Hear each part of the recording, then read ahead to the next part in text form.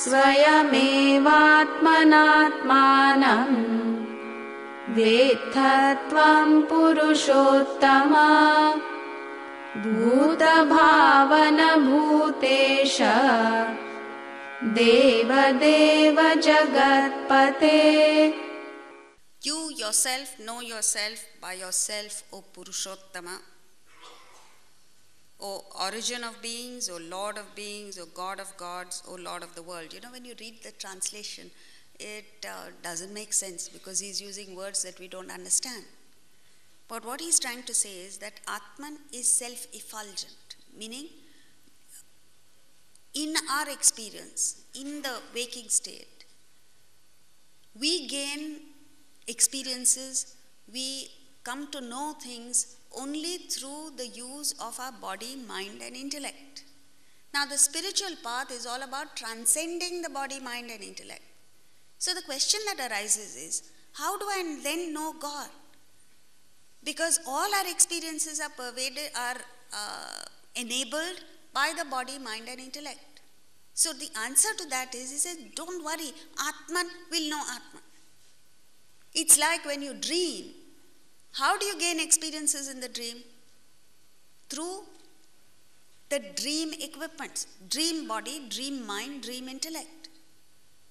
But when you wake up, you have to give up the dream equipments and only then do you wake up. So a dreamer might ask, how do I then know the waker? Don't worry, the waker understands the waker. Can you not say that? Similarly, it's a movement to a fourth plane of consciousness. It's self-effulgent. Bhuta bhavana, origin of beings, just as the waker's mind is the origin of all dream beings and objects. Lord of beings, Bhutesha, is the very driving force. It's the power behind all your experiences. Like he says in the Kenopanishad, the story that is given in the last, towards the end of the Upanishad. The gods and the demons have a battle, and the gods win victory over the demons. So they celebrate. And they're celebrating the same way that you celebrate. How do you celebrate? You know, nobody's saying it. So as they're having their celebration, suddenly they look up in the sky and they see a yaksha. Yaksha is an apparition. They can't figure out what the apparition is, and their celebrations all come to an end right there because the gods are supposed to be all-knowing. And here is suddenly a thing that they can't understand. So the party stops and they send an emissary, Agni, to find out what this apparition is. Agni goes close to the yaksha, and the apparition asks him, who are you? Can you imagine fire going like this building that caught fire? Will anyone go and say, who are you? He gets most insulted and he says, I am Agni. Then to add insult to injury, he says, what do you do for a living? He says, I can burn anything in this universe. So he places a blade of grass before him and says, can you burn this for me? Agni tries. Nothing happens. Tries again. Still nothing happens. Now this time he tries with all his might. The temperature of that blade of grass doesn't go up even by 1 degree centigrade. He comes back and says, I don't know what this yaksha is. So what it means is, and then the next emissary is Vayu, wind. Wind goes, it's like Hurricane Katrina coming. Will you sit there and say, who are you? But the yaksha asks, who are you? Again he gets affronted and says, I am Vayu. What do you do? I can toss the whole universe apart. Places a blade of grass and says, can you please blow this away from me? Same thing. He can't do it. Vayu comes back. So what it means is, Brahman is the source of everything that you do.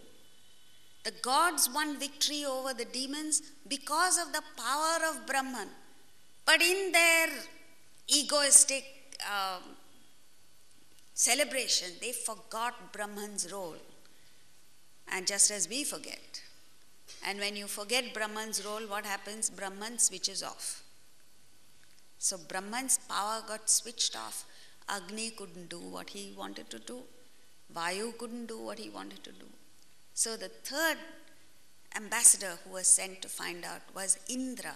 This time, the difference was Indra approached the Yaksha with devotion, with humility. And then what happened? The Yaksha disappeared. Because you cannot capture Brahman with the mind and intellect. Indra was steadfast. He didn't want to come back without finding the answer. So he stood there, he stood his ground. And suddenly, in the place of Yaksha, appeared this dazzling, beautiful Uma. Uma represents the scriptures. And indirectly, so to that Uma, he asked, he didn't get carried away by Uma's beauty and grandeur. He says, what was that was in your place just now? The chapter ends, the answer comes in the next chapter. Uma answers, that which you saw was Brahman. So the answer comes indirectly to us. It's a beautiful story. A story that children can understand, but profound. What is the message to us here when he says, Bhutesha, don't ever forget that driving force, the power behind every activity of yours. If you're able to see, it's because of Brahman. If you're able to speak, it's because of Brahman. So if you speak or see or do or whatever it is that you do, if it's successful, don't forget to pass on the credit to Brahman, because if you don't pass on the credit, Brahman will switch off. And Brahman is constantly switching off. This is an on and off mechanism going on here. When Brahman switches off, suddenly you remember, oh, there's something beyond. And Brahman switches on. So that's our story. Deva Deva, Lord of the senses, means Deva means senses. The Lord of the senses is the illuminator of the senses, that which enables the senses to function. Jagatpate, ruler of the world, the governor, the monarch who set the laws in place. There's the law of gravity, there are chemical laws, there are biological laws, your genes are functioning. Every cell in your body knows exactly what to do, what its role is. And all this is because of Brahman, Jagatpate.